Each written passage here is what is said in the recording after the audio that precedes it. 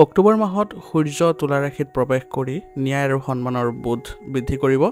চন্দ্ৰ গ্ৰহৰ মাহৰ দ্বিতীয় সপ্তাহত আপোনাৰ পূৰ্ণিমাৰ শক্তি মানসিক শান্তি লৈ আহিব আৰু বৃহস্পতি গ্ৰহ ভাগ্যৰ দৰ্জাখন খুলিব আৰু শনি গ্ৰহে কৰ্মভৱনত দৃঢ়তা বৃদ্ধি কৰিব। শুক্ৰ গ্ৰহে প্ৰেম আৰু সৌন্দৰ্যৰ যোগ বৃদ্ধি কৰিব। গতিকে এইবোৰ গ্ৰহ নক্ষত্ৰীয় যিবোৰ প্ৰভাৱ আছে এই অক্টোবৰ মাহত দেখিবলৈ সক্ষম হ'ব।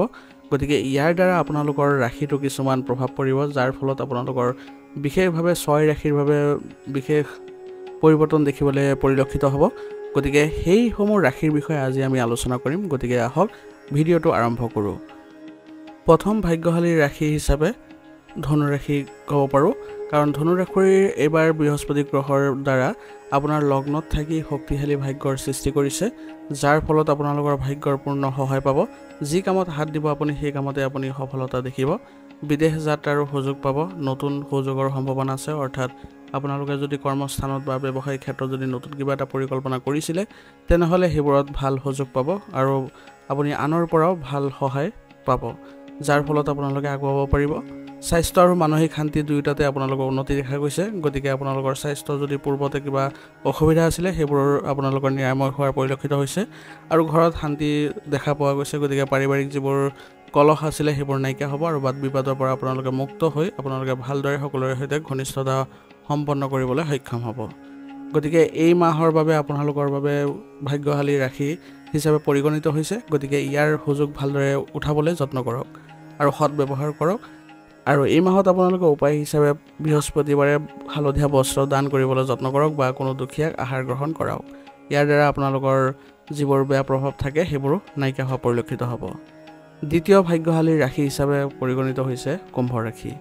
কুম্ভ ৰাশি জাতকৰ এইবাৰ শনি আৰু বৃহস্পতি গ্ৰহৰ শুভ দৃষ্টিৰ ফলত স্থিৰতা আৰু ধনৰ উন্নতি দেখা গৈছে, যাৰ ফলত আপোনালোকে বহুদিন ধৰি যিবোৰ কামত চেষ্টা কৰি আছিলে সেইবোৰত আপোনালোকৰ সাফল্য দেখা পাব আৰু আপোনালোকে মানসিক শান্তিও লাভ কৰিব। ঘৰত আপোনালোকৰ সম্পত্তি বা আপোনালোকৰ ধন সম্পদ বৃদ্ধি হোৱা দেখা পাব। গতিকে এইবাৰ আপোনালোকৰ ঘৰৰ ফালৰ পৰা কিছু ভাল খবৰ আহিব আৰু সকলোৰে সৈতে আপোনালোকৰ ভাল সম্পৰ্কে আপোনালোকক আনন্দিত দিব আৰু আপোনাৰ কথা বতৰাটো সকলোৱে গুৰুত্ব প্ৰদান কৰিব। গতিকে আপুনি নিজৰ কামবোৰ কৰি যাওক আৰু সমাজত আপোনাৰ মান সন্মান বৃদ্ধি পোৱা দেখা গৈছে। গতিকে এইবাৰ আপোনালোকৰ গ্ৰহৰ সাফল্যই বা গ্ৰহৰ প্ৰভাৱে আপোনাক নিজৰ সন্মান বৃদ্ধি কৰাত আৰু আপোনালোকৰ কামত স্থিৰতা আনিবলৈ বহু পৰিমাণে সহযোগিতা কৰি আছে। গতিকে ইয়াৰ সুযোগ ল'বলৈ আপোনালোকে যত্ন কৰক। এই মাহত আপোনালোকে দুই এটা উপায় কৰিলে আৰু অধিক ভাল ফলাফল পাব। গতিকে প্ৰত্যেক শনিবাৰে আপুনি ক'লা তিল দান কৰিব আৰু দৰিদ্ৰক যদি আহাৰ খুৱায় তেনেহ'লে আপোনালোকৰ যিবোৰ বাধা থাকিব সেইবোৰো নাইকিয়া হোৱা পৰিলক্ষিত হ'ব। তৃতীয় ভাগ্যশালী ৰাশিটো হৈছে কন্যা ৰাশি।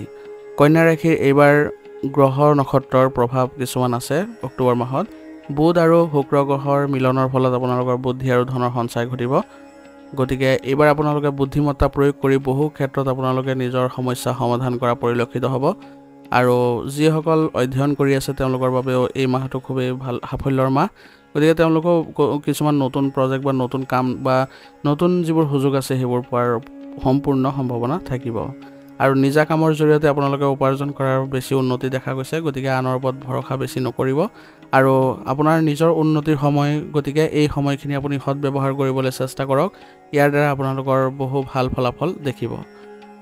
দাম্পত্য জীৱনতো মাধুৰ্যতা আহিব আৰু আপোনালোকে সম্পৰ্ক স্থাপন কৰাত খুব সুন্দৰ ফল পাব আৰু আপোনাৰ জৰিয়তে আপোনাৰ পৰিয়ালৰ যিবোৰ সমস্যা আছে সেইবোৰো আপোনালোকে সমাধান কৰি দিবলৈ সক্ষম হ'ব, যাৰ জৰিয়তে আপোনালোকৰো ঘনিষ্ঠতা বৃদ্ধি পোৱা দেখা যাব আৰু আপোনাৰ সমাজত আৰু ঘৰতো সন্মান বৃদ্ধি পাব। গতিকে আপোনাৰ যিবোৰ চিন্তাধাৰা সেইবোৰ আপোনালোকে বেলেগৰ সৈতে প্ৰকাশ কৰিবলৈ যত্ন কৰক। ইয়াৰ দ্বাৰা আপোনালোকে এই সময়খিনি ভালদৰে পাৰ কৰিব পাৰিব। গতিকে এই মাহটোত আপোনালোকে কেইটামান উপায় কৰক, যাৰ জৰিয়তে আপোনালোকে আৰু অধিক ভাল ফলাফল পাব। গতিকে প্ৰত্যেক বুধবাৰে আপুনি মা লক্ষ্মীলে তুলসী আৰু বেলপাত দিবলৈ চেষ্টা কৰক। ইয়াৰ দ্বাৰা মা লক্ষ্মীৰ কৃপা আপোনাৰ ওপৰত থাকিব আৰু আপোনালোকে ধন সম্পত্তি গৰাকী হ'বলৈ সক্ষম হ'ব। চতুৰ্থ ভাগ্যশালী ৰাশিটো হৈছে বৃষ ৰাশি। বৃষ ৰাশি জাতকৰ এইবাৰ শুক্ৰ গ্ৰহৰ আপোনাৰ লগ্নত আহিছে। গতিকে আপোনাৰ প্ৰতি আকৰ্ষণতা বাঢ়িব আৰু ধন আৰু আনন্দৰ যোগ থাকিব। গতিকে মানুহক আপুনি আপ্লুত কৰিব পাৰিব। এই মাহত অৰ্থনৈতিক উন্নতি দেখা গৈছে, ধনৰ নতুন উৎস বৃদ্ধি পাইছে। গতিকে ইয়াৰ ফলত আপোনালোকৰ মানসিক অশান্তিবোৰ কম হোৱা পৰিলক্ষিত হ'ব। পৰিয়ালৰ ক্ষেত্ৰতো আপোনালোকৰ শান্তি আৰু প্ৰেমৰ সময় আহিব। গতিকে এই মাহত আপোনালোকে পৰিয়াল কেন্দ্ৰিক যিবোৰ বাদ বিবাদ আছিলে সেইবোৰ সমাধান হোৱা পৰিলক্ষিত হ'ব আৰু পৰিয়ালৰ সৈতে পুনৰ আপোনালোকৰ মধুৰতা বৃদ্ধি পাব। এই মাহত আপোনালোকৰ সৃষ্টিশীল কামত আপোনালোকে যদি আগবাঢ়ে বা আগ্ৰহ প্ৰকাশ কৰে তেনেহ'লে আপোনালোকৰ বাবে ভাল সুযোগৰ সৃষ্টি হ'ব। যেনে ধৰণৰ আপোনালোকৰ শিল্প, গান আৰু সৌন্দৰ্যৰ লগত জড়িত যিবোৰ আপোনালোকৰ কাম আছে সেইবোৰত যদি আপোনালোকে আগভাগ লয় তেনেহ'লে সেইবোৰত আপোনালোকৰ ভাল ফল আহিব। গতিকে এই মাহত আপোনালোকে ভাল প্ৰভাৱ ৰাখিব হ'লে কিছুমান উপায় কৰিব পাৰে। প্ৰত্যেক শুক্ৰবাৰে আপোনালোকে মন্দিৰ দৰ্শন কৰিব পাৰে যিকোনো মন্দিৰত, আৰু লগতে আপোনালোকে বগা বস্তু কোনো দুখীয়াক দান দিয়ক। ইয়াৰ দ্বাৰা আপোনালোকৰ যিবোৰ ভাল প্ৰভাৱ সেইবোৰ অক্ষুণ্ণ ৰাখিব পাৰিব আৰু আগবাঢ়ি যাবলৈ সক্ষম হ'ব। এতিয়া পঞ্চম ভাগ্যশালী ৰাশিটো হৈছে সিংহ ৰাশি।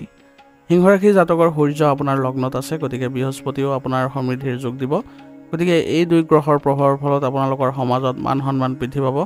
কৰ্মক্ষেত্ৰত আগবাঢ়ি নতুন দায়িত্ব লাভ কৰিব পাৰিব। ধনৰ লগত জড়িত যিবোৰ কাম আছে সেইবোৰত আপোনালোকৰ এইবাৰ ভাল যশ আৰু নাম কৰিব পাৰিব আৰু ধনৰ আগমনো ঘটিব। গতিকে এইবাৰ আপোনালোকৰ এইবোৰ ক্ষেত্ৰত যিবোৰ ভাল সুযোগৰ সৃষ্টি হৈছে সেইবোৰৰ দ্বাৰা আপোনালোকে উন্নতি দেখিব আৰু আপোনাৰ মানসিক অশান্তিবোৰো নাইকিয়া হ'ব। গতিকে এই মাহটো আপোনাৰ বাবে ভাল মাহ। গতিকে এইখিনি যিবোৰ সুযোগৰ সৃষ্টি হৈছে সেইবোৰ ভালদৰে ল'বলৈ হ'লে বা এইবোৰ ভালদৰে যদি আপোনালোকে আঁকোৱালি ল'বলৈ বিচাৰিছে তেনেহ'লে আপোনালোকে নিজকে সুসংগঠিত কৰক। আৰু উপায় হিচাপে আপোনালোকে দেওবাৰে সূৰ্যক পানী অৰ্পণ কৰক আৰু লগতে ওং হাং হ্ৰিং হং চ সূৰ্যায় নমঃ মন্ত্ৰটো জপ কৰি আপোনালোকে অৰ্ঘ্য দিব, যাতে আপোনালোকে ভাল ফল দেখিবলৈ সক্ষম হয় আৰু ইয়াৰ দ্বাৰা আপোনালোকে নিশ্চয় ভাল ফল পাব। ষষ্ঠ আৰু অন্তিমটো ভাগ্যশালী ৰাশি হৈছে মেষ ৰাশি। মেষ ৰাশিৰ এইবাৰ বৃহস্পতিয়ে আপোনাৰ ধন ঘৰত আশীৰ্বাদ দিছে আৰু সূৰ্য আপোনাৰ কৰ্মভৱনত আহিছে। গতিকে কৰ্মজীৱন আৰু ব্যৱসায়ত নতুন সুযোগৰ সৃষ্টি হ'ব আৰু সুযোগো লাভ কৰিব। পুৰণি কামৰ সফলতা পাব। গতিকে পুৰণি যিবোৰ পূৰ্বতে কাম কৰি আহিছিলে সেইবোৰৰ ভাল ফল এই বৰ্তমান সময়ত আপোনালোকে পাবলৈ সক্ষম হ'ব।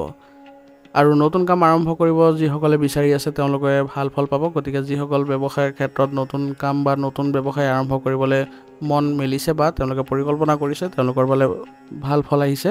গতিকে এই মাহতে আপোনালোকে এইবোৰ ৰূপায়ণ কৰিবলৈ যত্ন কৰক। ইয়াৰ দ্বাৰা আপোনালোকে আগবাঢ়িব পাৰিব আৰু আপোনালোকৰ ধনৰ স্থানো ভাল দেখা গৈছে।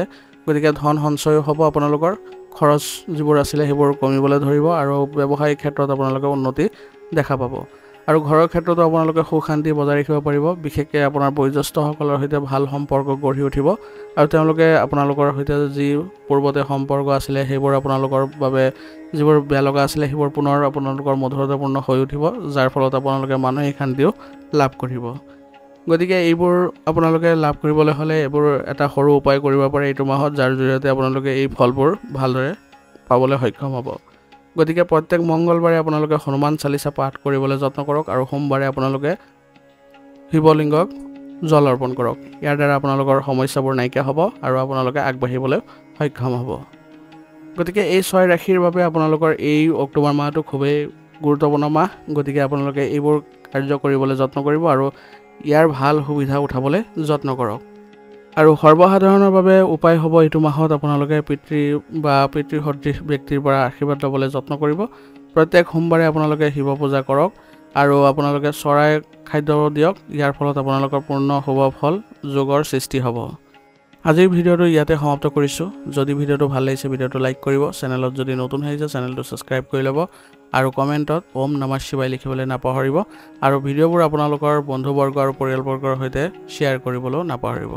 আপোনালোকৰ বহুত বহুত ধন্যবাদ।